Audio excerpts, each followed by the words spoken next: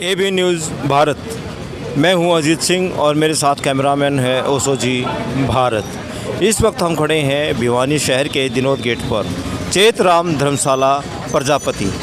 आज भिवानी में पिछड़ा वर्ग का एक सम्मेलन है और यहाँ चैतराम धर्मशाला से सैकड़ों मोटरसाइकिलों पर युवा साथी हुड्डा ग्राउंड भिवानी में पिछड़ा वर्ग का सम्मेलन में पहुँचेंगे।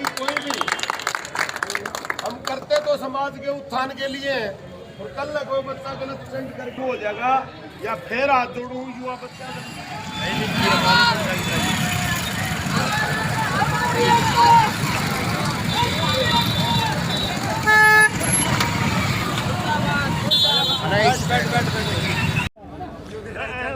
मैं हूं अजीत सिंह और मेरे साथ कैमरामैन है ओसो जी भारत। इस वक्त हम भिवानी के हुड्डा ग्राउंड में खड़े हैं तालियां बजाकर स्वागत करें जोरदार तालियों के साथ। हमारे बीच में रिटायर्ड ऑफिसर श्री राम किशन जी। मैं हूं अजीत सिंह भिवानी और मेरे साथ कैमरामैन है ओसो जी भारत। एबी न्यूज़ भारत पर आपका स्वागत है। इस वक्त हम खड़े हैं भिवानी के हुड्डा ग्राउंड में। आज इस हुड्डा ग्राउंड में पिछड़ा वर्ग सम्मेलन है कि पूरे हरियाणा से और आसपास से काफ़ी युवा साथी और बुजुर्ग और समाज के संगठन के लोग यहाँ आए हुए हैं। और इस प्रोग्राम के आज मुख्य वक्ता है राम निवास जी गुड़ेला, पूर्व विधायक बरवाला से। तो आज यहाँ हम ओसो जी भारत आपको दिखाएंगे यहाँ। हाँ तो जी, आपका शुभ नाम क्या है? शुभ नाम है जी मेरा पवन छपारिया। पवन छपारिया जी, वर्तमान में आप क्या कर रहे हो? वर्तमान में जी मैं फ़िलहाल तो आज इस सम्मेलन को अटेंड कर रहा हूँ। इसी के साथ में गांव ने एक जिम्मेवारी दी है मेरे को एज ए सरपंच की। तो सरपंच आप कितने वोटों से जीते हो? सर, आज तक का मेरे गांव का रिकॉर्ड रहा है कि आज से पहले मेरे गांव में इतने वोटों से कोई नहीं जीता था। 84 वोटों से मैं विजयी हुआ हूँ। 84। तो आपको सरपंच इस युवावस्था में सरपंच बने हो तो आपको कैसा लगा? मेरे को बढ़िया लग रहा है जी। मैं पहले से भी मतलब सरपंच ना होते हुए भी मैंने कई चुनाव करवाए हैं, एमपी के चुनाव करवाए हैं, एमएलए के चुनाव करवाए हैं। मैं हर उस प्रोग्राम में शामिल रहा हूँ। यानी कि आपको तजुर्बा है जी। ऐसा ही आप मान लीजिए, मैंने बड़ों से सीखा है इन चीज़ों के, भाई ये चीज़ होनी चाहिए और उन्हीं की मतलब देख रेख जो है ना, उनसे सीख करके ही मतलब यहाँ तक मैं पहुँचा हूँ। तो आज ये पिछड़ा वर्ग जो सम्मेलन है तो इसमें आज मुख्य वक्ता है या मतलब अतिथिगण कौन कौन आए? आज मुख्य वक्ता जो विधायक जी हैं, पूर्व विधायक राम निवास घोड़ेला जी, और उन्होंने मेरे को निमंत्रण भेजा था कि भाई आप हमारे समाज के हैं। तो मैंने कहा जी मैं तो वैसे पूरे गांव का हूं, हर जाति को मानता हूं और हर जाति का सम्मान करना मेरा फ़र्ज़ बनता है। लेकिन जब कहीं बात अपनेपन की आती है या फिर सिस्टम की आती है, जिस जगह पे हम लोग खड़े हैं तो बराबरी का हक तो हर किसी का होता है। तो उस विषय से इन्होंने ये जो यहाँ पे पिछड़ा वर्ग का जो सम्मेलन किया है, और इस सम्मेलन में बहुत भारी तादाद में पूरे जिला भिवानी के लोग जो हैं वो बढ़ चढ़ के भाग ले रहे हैं। क्योंकि अब जैसे जैसे शिक्षा जो है बढ़ती जा रही है, लोगों को अपने हकों के प्रति जो है जागरूकता आ रही है, और यही जागरूकता है जो हमारे को मतलब जो है ऊपर तक लेके जाएगी, हमारे अधिकार हमारे को दिलवाएगी। तो हाँ जी, आपका शुभ नाम जी? विनोद सांगा। विनोद सांगा जी, आज भिवानी में जो पिछड़ा वर्ग सम्मेलन है हुड्डा ग्राउंड में, तो आज आप इसमें आए हैं। यहाँ पर आज पिछड़ा वर्ग सम्मेलन का आयोजन किया गया है। तो इस पिछड़ा वर्ग सम्मेलन के अंदर काफ़ी जो है और दूर दराज के इलाकों से भी लोग आए हुए हैं कि पिछड़े वर्ग की जो समस्याएं हैं उन समस्याओं पर फोकस करने के लिए, लोगों को जगाने के लिए पिछड़े वर्ग के लोगों को ये कार्यक्रम जो अपने इस वर्तमान की जो सरकार है उस सरकार के जो कार्यशैली है और उस कार्यशैली से जो लोगों के हक अधिकार छीने जा रहे हैं, वो हक अधिकार छीनने की वजह से हर वर्ग के लोग, इनके शेड्यूल कास्ट के लोग, बैकवर्ड क्लास के लोग, माइनॉरिटी के लोग, सभी लोग इस सरकार की कारगुजारियों से परेशान है और वो अपने हक अधिकार की मांग के लिए आज इस कार्यक्रम में यहाँ पर पहुँचे हैं। भारत माता की। बहुत अच्छा ठेकेदार जी हमारे बहुत ही मेहनती, हमारे बुजुर्ग, हमारे मार्गदर्शक पूर्व विधायक अपनी टीम के साथ यहाँ पहुँचते हैं। आपका बहुत बहुत स्वागत करते हैं रामधन जी। इनको इन सबको यहाँ बिठाओ, कुर्सियों पर आप ऊपर आ जाओ, यहाँ बिठाओ।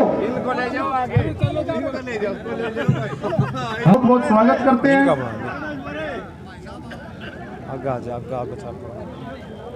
ये जिस भी भाई ने मेरे को अपने साथियों की जो स्लिप दी है, पर्ची दी है, उन सभी का नाम स्टेज से अनाउंस कर दिया गया है। और उन सभी भाइयों से मेरा अनुरोध है कि आप अपना नाम अपनी टीम का देखो संजय, आप भाई हो छोटे हमारे, और आज के नहीं 2007 से हो, बालसमंद से हमारे भाई बड़े मेरे साथी रहते हैं, दिल से हैं।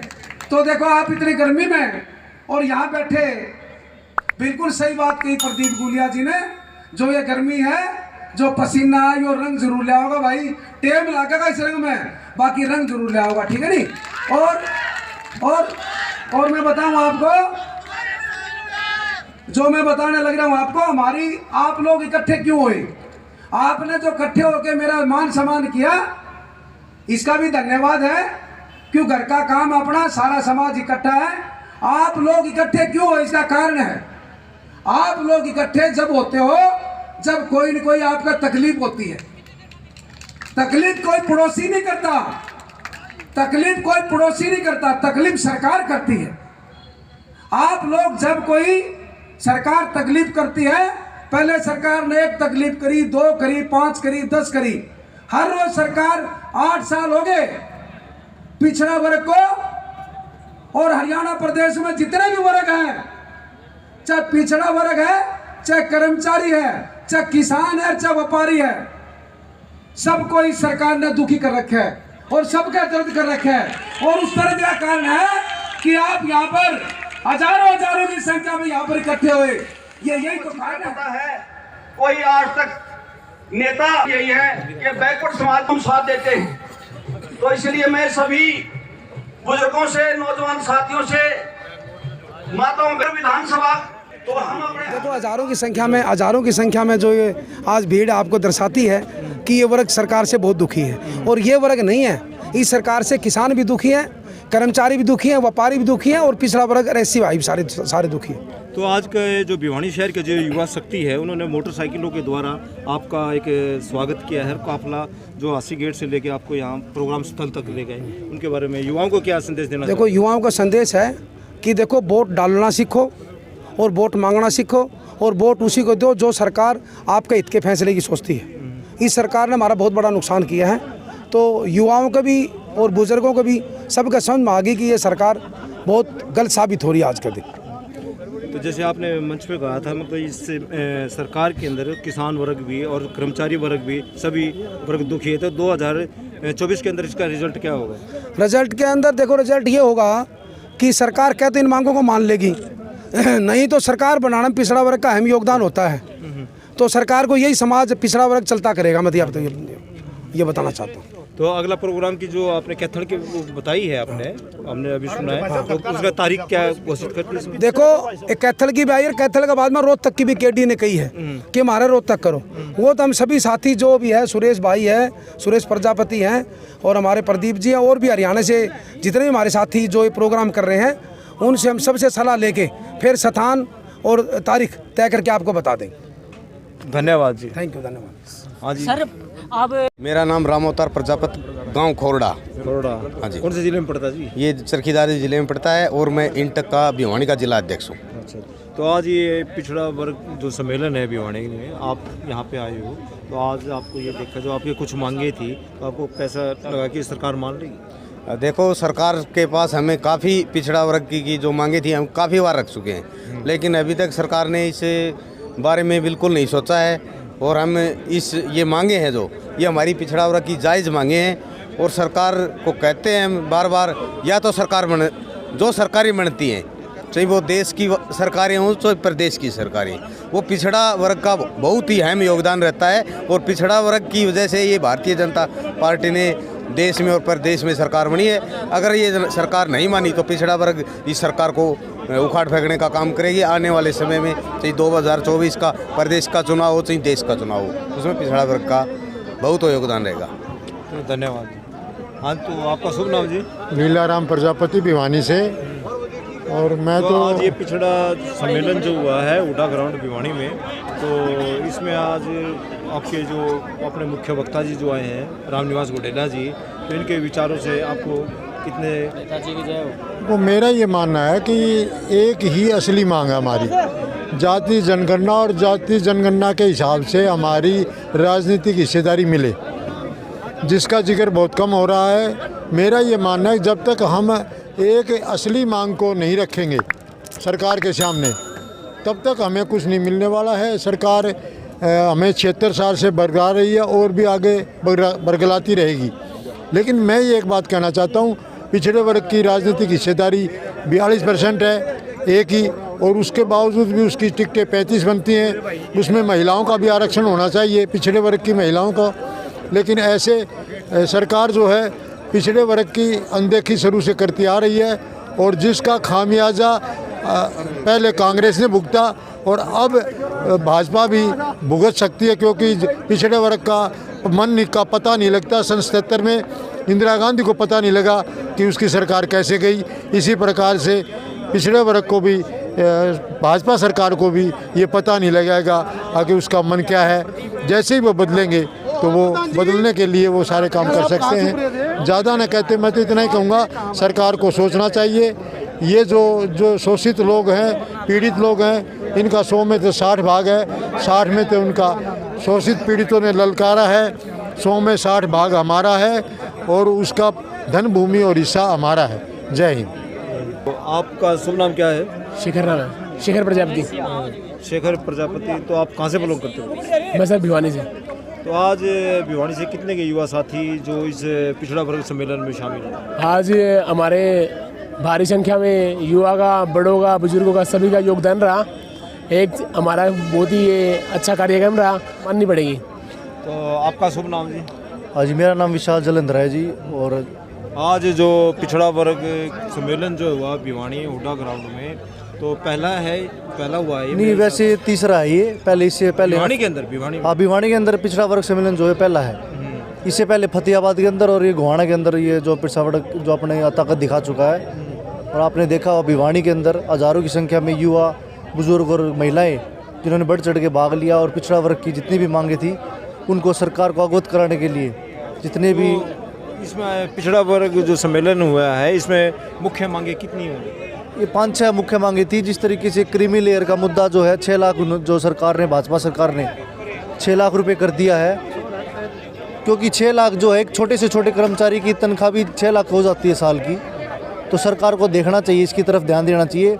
इसको जो दायरा है वो 10 लाख करना चाहिए, और जो सैलरी वाले हैं, जो नौकरी लग रहे हैं, उनकी तनख्वाह से अलग 10 लाख की लिमिट करनी चाहिए। क्योंकि जो ये है बैकवर्ड का आरक्षण इसलिए दिया गया था ताकि जो बच्चे हैं पढ़ लिख करके आगे बढ़ सके और किस पर जो आगे ऊंचे ऊंचे पदों पर जा सके। लेकिन ये जो क्रीमी लेयर का मुद्दा लेकर आई है सरकार, इससे कहीं ना कहीं अड़चन आ रही है बच्चों को, जो ओबीसी के जो छात्र हैं। तो इस पिछड़ा वर्ग सम्मेलन के बाद आप युवाओं को, पिछड़ा वर्ग के युवाओं को क्या संदेश देना चाहते हैं? मैं तो यही संदेश देना चाहूँगा युवा शक्ति को। जो आज युवा शक्ति का मैंने जोश देखा, सुरेश कुमार प्रजापति की अगुवाई में आज 500 बाइकों का जो काफिला आपने देखा होगा पूरे भिवानी के अंदर, ज़ोरों ज़ोरों से भिवानी के अंदर रोडों के ऊपर जो रोड शो किया गया, उसको देखकर आपको भी लगा होगा कि हाँ, जो भिवानी के अंदर समारोह के माध्यम से बैकवर्ड समाज की लड़ाई को लड़ते रहते हैं। सुरेश जी का भी बहुत बहुत धन्यवाद। नाम है हरीश कुमार प्रजापति, गांव मदनेड़ी से बिलोंग करता हूँ। मदनेड़ी कौन सा, कहाँ पड़ता है जी? ये मदनेड़ी हिसार डिस्ट्रिक्ट में पड़ता है, 80 ब्लॉक का गांव है जी, मैम के पास। आज आप भिवानी में हुड्डा ग्राउंड में पिछड़ा वर्ग का जो सम्मेलन हुआ उसमें आए हो। हाँ जी। तो आप युवाओं के बारे में क्या बताओगे, अपने गाँव के बारे में? युवाओं से मैं आपके चैनल के माध्यम से कहना चाहूँगा कि वह पिछड़ा वर्ग जो है एकला इससे काम नहीं चलेगा। हमारा ओबीसी और एसी समाज की ताकत, मतलब एक अपना ताकत पछाड़ेंगे ना, वोट गिरने के एक होंगे, तब हमारी आवाज़ बुलंद होगी। एकला पिछड़ा वर्ग से काम नहीं चलेगा। एसी बीसी भाई मिल के चलना पड़ेगा। जितने भी गरीबा के हक मारे जा रहे हैं गवर्नमेंट द्वारा, सरकार द्वारा, वो हैं काम ने मेहनत लेने पड़ेंगे, इतने आसान नहीं है। बार बार एक सम्मेलन से काम नहीं चलेगा, बार बार इकट्ठा होना पड़ेगा। तो पिछड़ा वर्ग का सम्मेलन था। मैं सभी से युवा से अनुरोध करूँगा, आग्रह करूँगा कि एसी समाज के भी युवा बढ़ चढ़ के साले एसी समाज और बीसी समाज कंधे से कंधा मिला के साथ में चले। तो हमारी आबादी बहुत ज़्यादा है, हमारे वोट बहुत ज़्यादा हैं। अपनी वोट की ताकत में पहचाने और अपनी वोट का सही मूल्य समझें। तो आप अपने गांव से इस पिछड़ा वर्ग सम्मेलन में कितने लोग आए? काफ़ी लोग आए हैं जी मेरे साथ। अच्छा। हाँ जी। तो आज ये जो अपने रामनिवास घोडेला जी ने जो मांग करी है हरियाणा सरकार से, हाँ जी, तो ये क्या हरियाणा सरकार इन मांगों को मान लेगी? हाँ बिल्कुल, ये सरकार को माननी पड़ेगी। अगर नहीं मानेंगी तो हिसार जिले के अंदर बहुत बड़ी रैली होगी, फिर मान लेंगे। और नहीं तो ये कुर्सी नहीं मान के चलो बीजेपी की कुर्सी